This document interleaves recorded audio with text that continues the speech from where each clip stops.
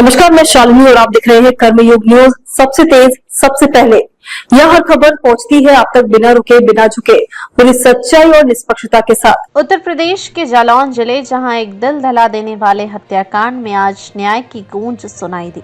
जी हां, हम बात कर रहे हैं उर्मिला खेर हत्याकांड की, जिसने न केवल एक परिवार को तोड़ दिया बल्कि पूरे गांव को सदमे में डाल दिया था। 27 मार्च 2024 शाम के करीब 4 बजे जब फूला गांव के भारतीय मंदिर के पास एक मां पर कुल्हाड़ी से ताबड़तोड़ वार किए जा रहे थे और उसका बेटा गोविंदा चीखों की गूंज सुनता हुआ वहां पहुंचा तो उसकी आंखों के सामने मां को बेरहमी से मारते देखा जितेंद्र लोधी को। गोविंदा ने अपनी मां को बचाने की कोशिश की, लेकिन आरोपी ने उस पर भी हमला कर दिया और फिर भाग निकला।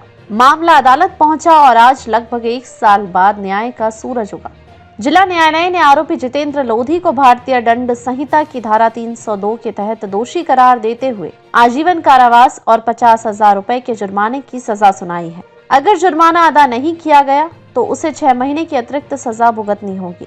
परिवार ने इस फैसले को सच्चा न्याय बताया और कहा, अब हमारी मां की आत्मा को शांति मिलेगी।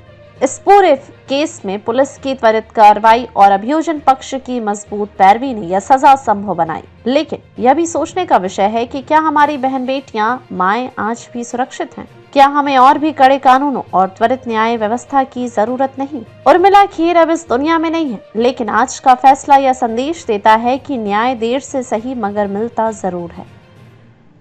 किस मामले में सजा हुई, कितने दिनों में सजा हुई और कितनी सजा हुई? ये दिनांक 27/3/2024 की घटना है।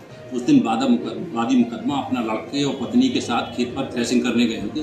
शाम को 4 बजे उसका पुत्र और वो ट्रैक्टर लेके घर पे आ गए। उसकी पत्नी उर्मिला बकरियां लेके आ रही थी। जब उस घर पर नहीं पहुंची, बकरियां पहुंच गई तो उसको ढूंढने के लिए वो वापस खेत की तरफ गए, बाप बेटे दोनों।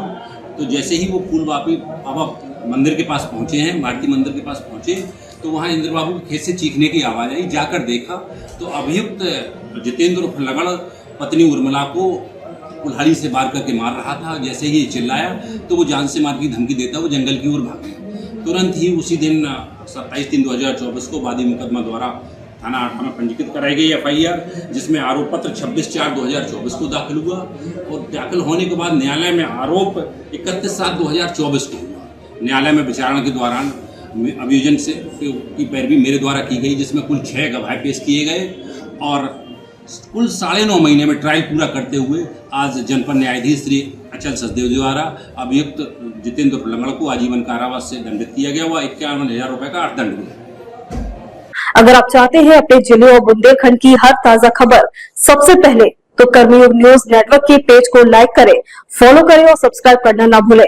बेल आइकन जरूर दबाएं ताकि हर अपडेट मिले तुरंत। अगर आप हमें फेसबुक या इंस्टाग्राम के माध्यम से देख रहे हैं तो फॉलो करें और कमेंट में अपनी राय जरूर साझा करें। धन्यवाद।